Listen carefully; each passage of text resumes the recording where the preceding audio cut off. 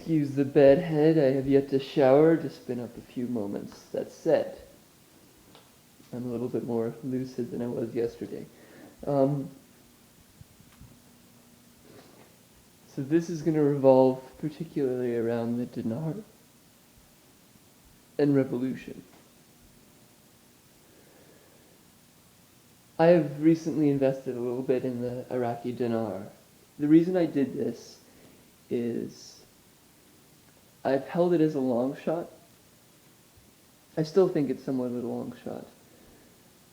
But as of late, there's been some interesting happenings over there that suggest to me that maybe there's more potentiality, that there's something going on. I'll give you a little bit of history. I know a lot of people know a fair bit about Iraq, but the financial state of Iraq changed dramatically when George Bush Sr. went into Iraq the first time in the early 90s.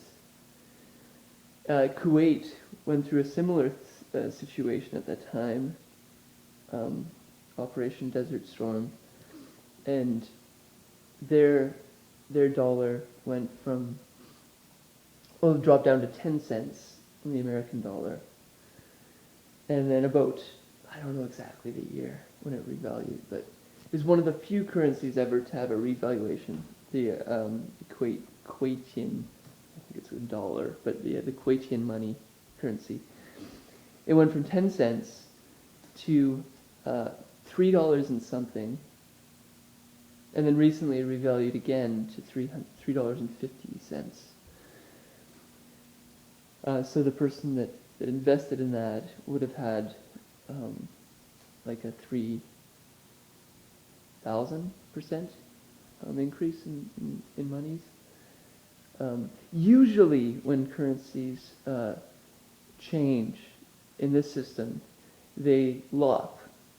Now that's a word that's been used mostly in those people that have been studying the dinar. A lop is essentially when a money system gets devalued. This happens usually due to huge debts that loom over a country.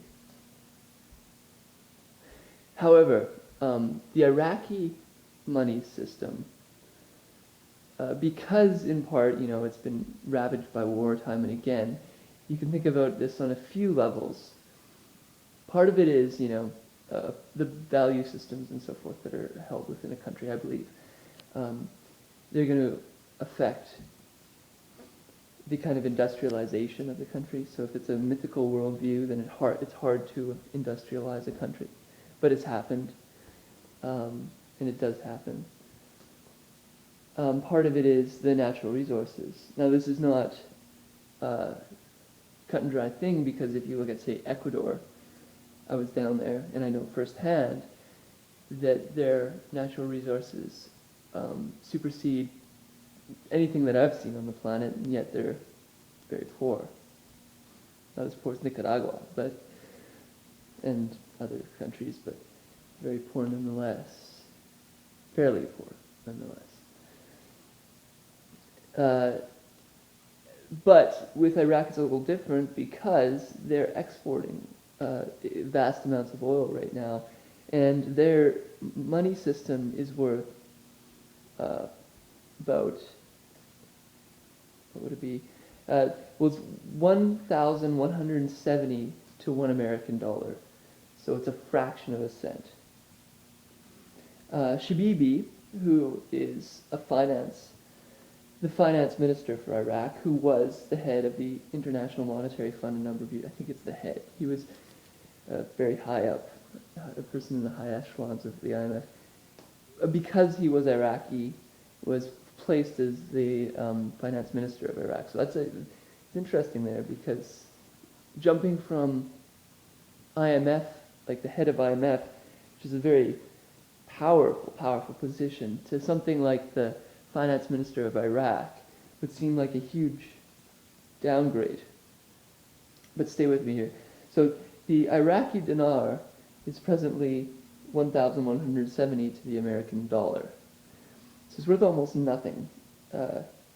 in a sense. And Maliki, which is the president of Iraq, has said time and again that once they get, well, he put it, once they get a financial system in place that does justice sort of to the computers and the computing potentials of that we have now, then he will modernize the Iraqi currency.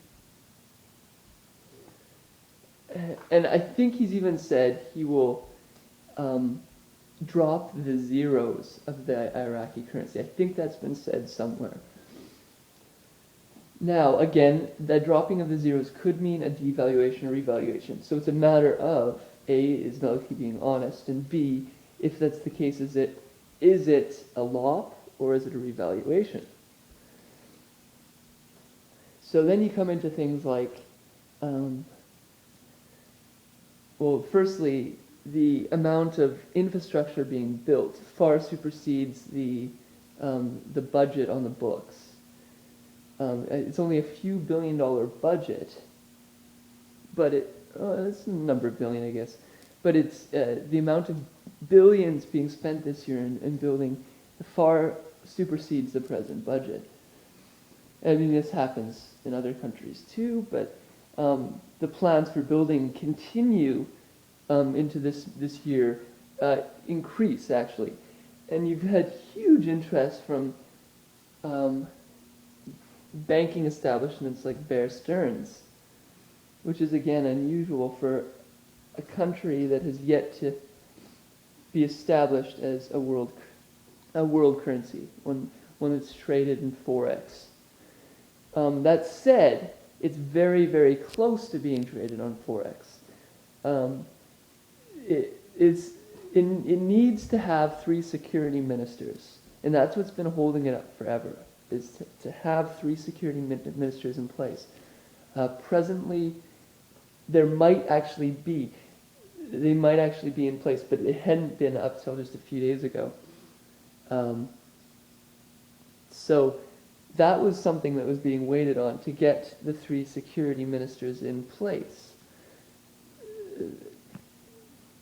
They said that they were going to go on vacation, a holiday.